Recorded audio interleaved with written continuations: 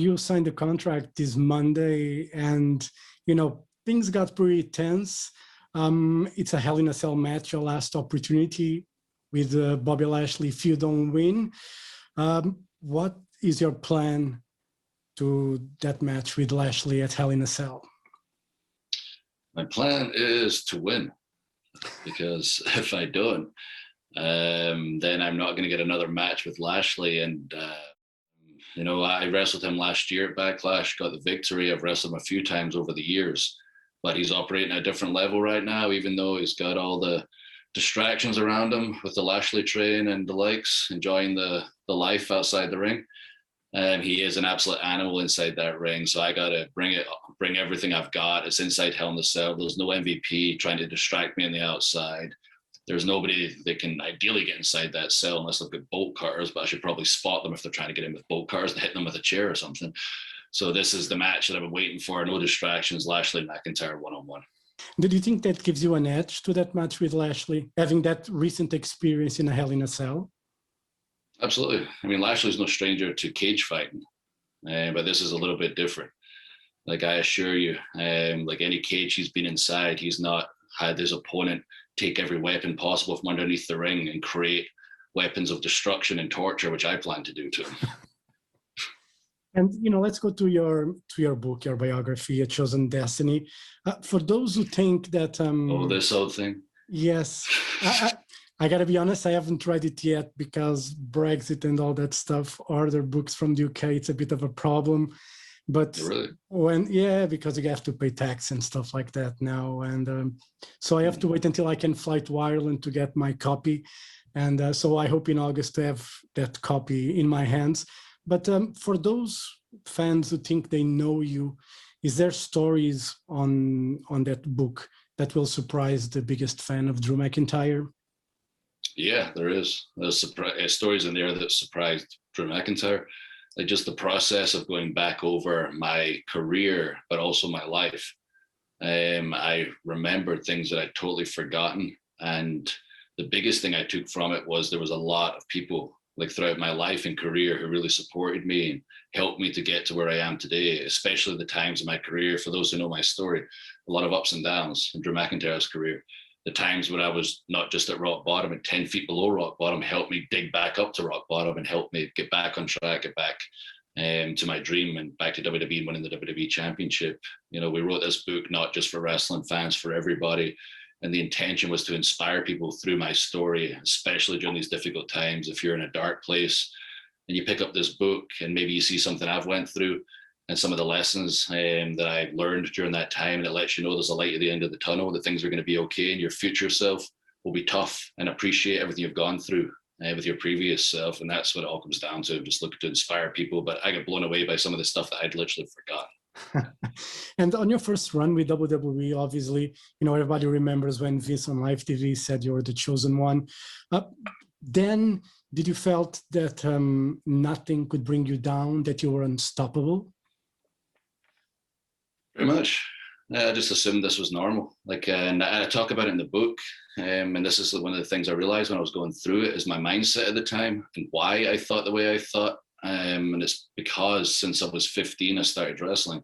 I'd always been positioned as the main guy. In Scotland, I was the main guy. In Europe, I was the main guy all through my university time and wrestling on the European scene. It was always myself, and then myself and Sheamus was the big feud in Europe. Then I came to America. I was on television in my third week in America. Then I went to Florida Championship Wrestling. I was tag team champion there with Wade Barrett, then heavyweight champion. I was Dusty Rhodes' guy there. Then suddenly I was back on TV and I was Vince's chosen one. So I was like always in the main scene, always the guy. And I was like, I understand this is big, being Vince's chosen one, but I didn't appreciate how big it was because I'd always been in that position and assumed, well, that's me. I'll just be like Cena now and be at the top forever, which is not quite how it worked out. And, you said you started training at the age of 15. What made you want to be a wrestler? What was that moment? Again, I talk about it in the book. I literally got my family together when I was 6 years old, and my dad can still remember me getting everyone together, like calling a meeting almost to tell them I'm going to be a WWE wrestler, and them saying, okay, Drew, and indulging me because I'm a kid. And just like kids say the darndest things. I want to be an astronaut. I want to be a WWE wrestler, except I 100% meant it. And like, there's nothing that was going to stop me. And my earliest memories are hiding behind the sofa, like the couch with my brother at our older cousin's house. And our two older cousins are about 10, 12 years older than us. Were watching wrestling, and we were behind there thinking it was like forbidden to watch, and just being captivated by all these larger than life characters and being like, that's what I'm going to do one day. And you have a master's degrees in criminology. You did finish, college. What exactly are you specialized on that master's degree? I honestly couldn't tell you one thing from my criminology time because it's been so long. Right now, if I sat down and really thought about it, or had got my books out again, perhaps I could. But I always tell people what I learned during my time in my criminology qualification is I'm able to profile all of the crazy people that I'm around in the wrestling world and entertainment world, because there's a lot of them. So are you more of a CSI or a Judy kind of guy? Well, there's another show. Again, I remember my first day of criminology. They're going around the classroom asking people what their favorite shows were. 90% of the people in the class, like CSI, shows that were similar to that. And I said, Murder, She Wrote. They're like, what? Murder, She Wrote? I was like, yeah, Jessica Fletcher, the lead character, goes from town to town writing these murder mysteries. And every time she goes to a town, somebody dies magically. Then she moves on to the next town. She's a perfect serial killer. Her favorite show ever, greatest serial killer of all time, Jessica Fletcher. And last Sunday there was a documentary on A&E, the Bret Hart documentary. Was pretty amazing documentary. And you said that he was your favorite wrestler growing up. What did attract you to Bret Hart back then? I mean, I can't remember if it was featured in the documentary when I spoke about why I was drawn to Bret. I know Natty had kind of mentioned it during it, like, when you're a kid, most of your friends like, the larger than life characters, the big Superman like Hulk Hogan and the Ultimate Warrior. But for me, like when I saw Bret, aside the fact he looked like some kind of rock star, like kind of grunge guy, which I was into when I was a kid, it was always his matches that compelled me. And I was able to articulate it better when I got older and I started wrestling, and I understood why it got my attention. I got a greater appreciation for him when I started understanding the wrestling business.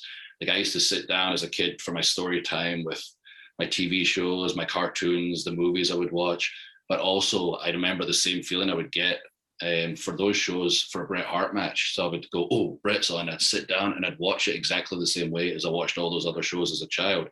It's because his matches told the same kind of story, a captivating story, a beginning, middle, and end, and based on a reality-based style. So that was my story time as a kid, was watching Bret Hart matches, and that's what really drew me in. And when I got older and realized that his ability in the ring was able to draw me in my childlike mind, I appreciated him even more.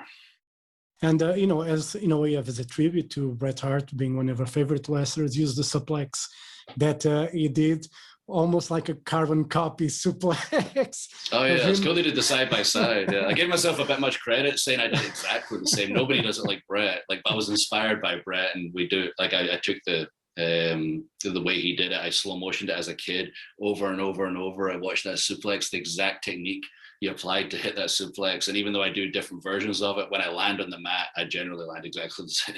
Yeah. And do you ever have a conversation one-on-one with Bret? Yeah, lots of times. It's crazy to call him one of my friends now, close friend, actually. One of the coolest memories I have is when I was 24 Intercontinental Champion, he came on a tour of Germany with WWE. So I got to spend every night with him on the show. And then after the show, picking his brain, and we'll still text now and again. He just texted me yesterday, actually, just wishing me a happy birthday. And we had a little chat back and forth, and was grateful that I was in the documentary. And I was like, don't be ridiculous. I'm part of my Childhood Heroes documentary. That's insane to me. Well, happy late birthday. Forgot about it. Hope you had a good day. I don't celebrate birthdays anymore. Too old now. Well, I know. I understand you. I get to an age as well. Now I don't celebrate birthdays anymore. I'm just happy to be around, Anyway, let's talk about football, because this was a good year for you as a Glasgow Rangers fan. You guys finally won the league after Celtic dominating for the last 3 years. How did it feel to be champion again? Felt great, and just in time, because if Celtic got that 10 in a row, I would never have heard the end of it from my family that support Celtic. Like I have a lot of mostly Celtic fans, but Rangers and Celtic fans in my family, especially my cousins. And if they got 10 in a row, I would never hear the end of it. So Rangers made the comeback just in time. And I always like was encouraging Rangers. You'll see in their social media, my social media, we go back and forth, which is also very cool for me, being a Rangers fan. But when I got fired from WWE, Rangers got relegated to the bottom division. And as I was fighting my way up, they were fighting their way up. And finally, when I won the WWE title, I said, okay, Rangers, ball's in your court now. Our careers have paralleled each other the past few years. And sure enough, they won the league. So it was so cool that we kind of took a similar journey back to the top. Yeah. You think Steven Gerrard is the man to keep on driving Glasgow Rangers? Yes, I think he's proven that already. But I did say that as soon as he came in as well. If you can find old interviews that I did, when they asked me, like, what do you think of Gerrard? And I said, he's the man. We need somebody who's got the passion, who's going to make sure all the players play for the jersey and play like a Glasgow Rangers player should. And he, like, when he was playing for Liverpool, you could watch him on the pitch. He's the captain. He was just pure passion. And whoever's not playing for the jersey was going to get kicked out the team. And that's exactly what he did. He built, a perfect team, a perfect Glasgow Rangers team. And I'm excited to see what we do next year. And the European Championship is going to start this Friday. Scotland is in there. You got on the Group D, Czech Republic, Croatia, and England. What are the chances? How do you fancy Scotland to do in this European Championship? If you ask most people, they'll say not very good. But if you ask me, I think we're going to surprise a lot of people. Obviously, England are the favourite for the group by far. And then probably Czech, and then probably Scotland last. But nonetheless, the last time Scotland and England played was the qualifiers for the Euros, and was it the World Cup? Oh, well, it's 2018 nonetheless. Last time Scotland and England played, and it was 2-2. And I think Scotland have got better since then. So I've got a good feeling that Scotland are going to surprise a few people, namely England. Yeah. Who do you think might win the European Championship? Portugal obviously have the title now, but who do you think might have a good chance of winning? I mean, aside Scotland, Portugal are like a team that I could absolutely see winning. Realistically, I think probably France and Italy are on, I don't even know how many games they've won in a row, about 27 games or something. They're undefeated right now. So, Italy are in for a good shout. And, England, and this is always the case with England, have always got great individual players, but if they play well together, usually they do fine, but somehow they never win the big one, even though they've got all these great individual players. So we'll see how they do all playing together. But still, Scotland are going to win. Yeah, let's go for Scotland. And England, by the way, if they get on the penalty shootout, they'll get eliminated like always anyway. Exactly, so. Like always. And WWE is returning to live shows in July, finally. Are you anxious? Are you looking forward to seeing faces? Obviously, you got experience in WrestleMania this year, but you're looking forward to see more faces now in the live shows coming July? Yeah, I can't wait. I'm very proud of everything we've been able to do over this time period, especially at the height of the pandemic, when every other sport and every other entertainment company shut down, and WWE pushed ahead to give everyone that constant, give everyone that escape.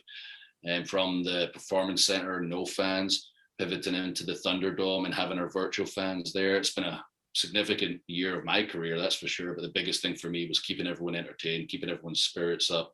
We got that little tease at WrestleMania, 25,000 fans for one night only.